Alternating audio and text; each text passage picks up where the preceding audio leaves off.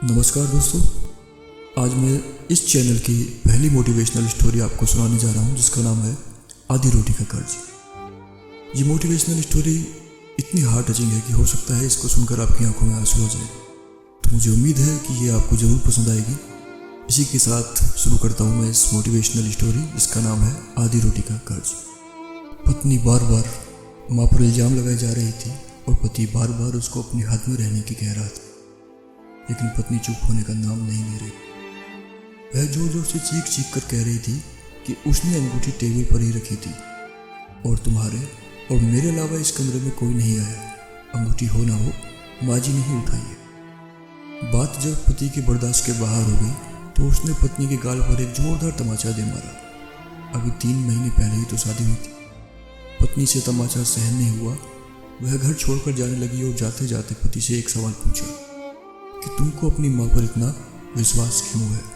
तब पति ने जो जवाब दिया, उस जवाब को सुनकर दरवाजे के पीछे खड़ी माँ ने सुना तो उसका मन भर आया।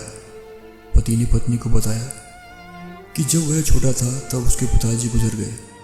माँ मोहल्ले के घरों में झाड़ू पोछा बर्तन साफ कर जो कमा पाती थी उससे एक वक्त का खाना आता था। माँ एक थाली में मुझे परोस देती थी और खाली डिब्बे को ढककर रख देती थी और कहती थी, मेरी रोटियां इस डब्बे में है बेटा, तू खा ले। मैं भी हमेशा आधी रोटी खाकर कह देता था कि माँ मेरा पेट भर गया है, मुझे और नहीं खाना है। माँ ने मुझे मेरी झूठी आधी रोटी खाकर मुझे पाला पोसा और बड़ा किया है। आज मैं 2 रोटी कमाने लायक हो गया हूँ, लेकिन ये कैसे भूल सकता हूँ कि माँ ने उम्र के उस पड़ाव पर अपनी इच्छाओं को मारा है। वह माँ आज उम्र के इस पड़ाव पर किसी अंगूठी की भूखी होगी। यह मैं सोच भी नहीं सकता। तुम तो 3 महीने से मेरे साथ हो। मैंने तो माँ की तपस्या को पिछले 25 वर्षों से देखा है। यह सुनकर माँ की आंखों में आंसू छलक उठे।